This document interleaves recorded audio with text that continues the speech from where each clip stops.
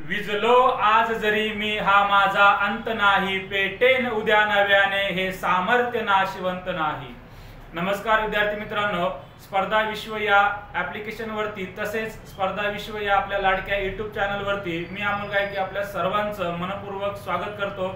आपण बघत आहोत अलंकार आणि आज आपण अलंकारामध्ये अलंकाराचा एक नवीन प्रकार बघणार आहोत, ज्याचं नाव आहे अतिशयोक्ती।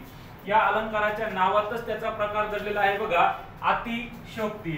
अति म्हणजे जास्त, योक्ती म्हणजे फुगवून सांगणे, बरोबर। ज्या अलंकारामध्ये एखाद्या गोष्टीविषयी माहिती अति फुगवून सांगितली जाते त्याला आपण अतिशयोक्ती अलंकार असे म्हणत असतो। मग बघा, अतिशयोक्ती अलंकाराची आपण व्याख्या समजून घेऊ। एखादी कल्पना आहे त्यापेक्षा खूप फुगवून सांगणे याला आपण अतिशयोक्ती अलंकार असे म्हणत असतो। नलराजाच्या घोड्याच्या दौडीचे वर्णन करताना कवी म्हणतो, जो अंबरी उफळला खूर लागला आहे, जो अंबरी उफळला खूर लागला आहे, तो चंद्रमा निज तनुवरी डागला आहे। याचा अर्थ खाली दिलेला आहे बघा, चंद्रावरचा जो डाग आहे तो डाग म्हणजे नलराजाच्या घोड्याच्या उफळण्यामुळे त्याच्या खुराचा लागलेला जो डाग आहे हे म्हणजे जरी असंभवनीय म्हणजे आपल्याला त्याच्यावर विश्वास बसू शकत नाही असं असलं तरी त्याचे वर्णन तसे घडल्याचे त्याचे वर्णन केल्यामुळे या ठिकाणी अतिशयोक्ती अलंकार होत आहे। पुढे बघा, 2 नंबरचं उदाहरण आहे, दमडीचं तेल आणलं, सासूबाईचं नाणं झालं, मामंजींची दाढी झाली, भाऊजींची शेंडी झाली, उरलं तेल झाकून ठेवलं, लांडोरणीचा पाय लागला, वेशीपर्यंत ओघळ गेला, त्यात उंट पोहून गेला। कसं शक्य आहे? अतिशयोक्ती अलंकार म्हणजे फक्त काय असतं, फेकाफेकी असतं। या ठिकाणी बघा, दमडीचं तेल आणलं, त्यामध्ये सासूबाईचं नाणं पण झालं, त्यानंतर मामंजींची दाढी पण झाली, भाऊजींची शेंडी पण झाली, उरलं तेल झाकून ठेवलं, त्याला लांडोरणीचा पाय लागला, ते सांडलेल्या तेलाचा ओघळ वेशीपर्यंत गेला आणि त्यामध्ये उंट पोहून गेला। कसं शक्य आहे? या गोष्टी कशा शक्य आहे? जेव्हा आपल्याला असं वाटेल तेव्हा अतिशयोक्ती अलंकार होणार आहे। पुढे बघा, एकदा हत्तीने सुईच्या नाकातून उडी मारली। काय सांगतं बघा, कसं शक्य आहे? एकदा हत्तीने सुईच्या नाकातून उडी मारली। आता सुईच्या नाकात दोरं ओवायचं म्हणलं तरी आपल्याला 10-5 मिनिटं लागतात, बरोबर। हत्ती कशी उडी मारणार? कसं शक्य आहे? पण जवळच असलेल्या दुधाच्या पेल्यात बुडून तो मेला।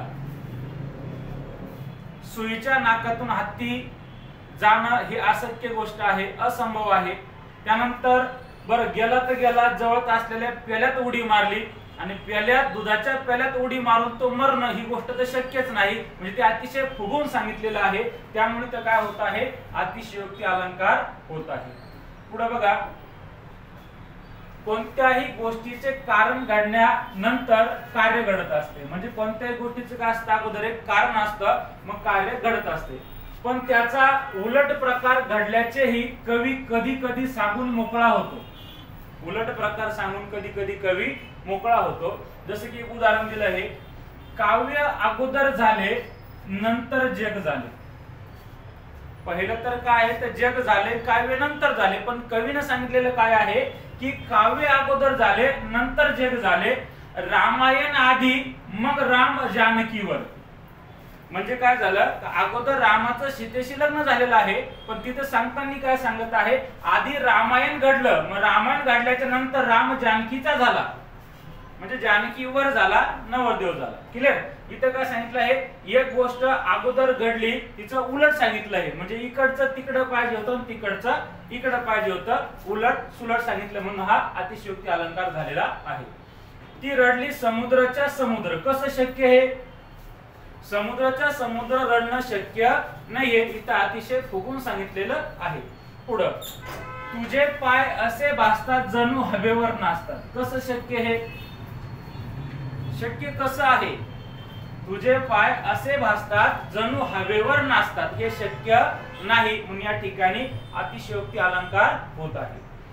मुंगी उडाली आकाशी तिने गिळले सूर्याशी. पहिली गोष्ट तर मुंगी उडतच नाही आणि उडली बी ती एवढा मोठा सूर्य गिळणं शक्य नाही, म्हणजे कल्पनाच अतिशय फुगून सांगितलेली आहे. मुंगी उडाली आकाशी तिने गिळले सूर्याशी, अशक्य गोष्ट आहे, असंभव्य गोष्ट आहे म्हणून या ठिकाणी अतिशयोक्ती अलंकार झालेला आहे. बघा विद्यार्थी मित्रांनो, अलंकाराच्या या सिरीज मध्ये जर आपल्याला जॉईन व्हायचं असेल तर या ठिकाणी एक व्हॉट्सअप नंबर दिलेला आहे 8087545415. या नंबरवरती तुम्ही तुमचं नाव, गाव, जिल्हा, तालुका मला कमेंट करा. मी त्या ग्रुपमध्ये तुम्हाला जॉईन करून घेतो. व्हिडिओ आवडला असेल तर आपल्या चॅनलला नक्की सबस्क्राईब करा, आपल्या मित्रांपर्यंत शेअर करा. जय हिंद.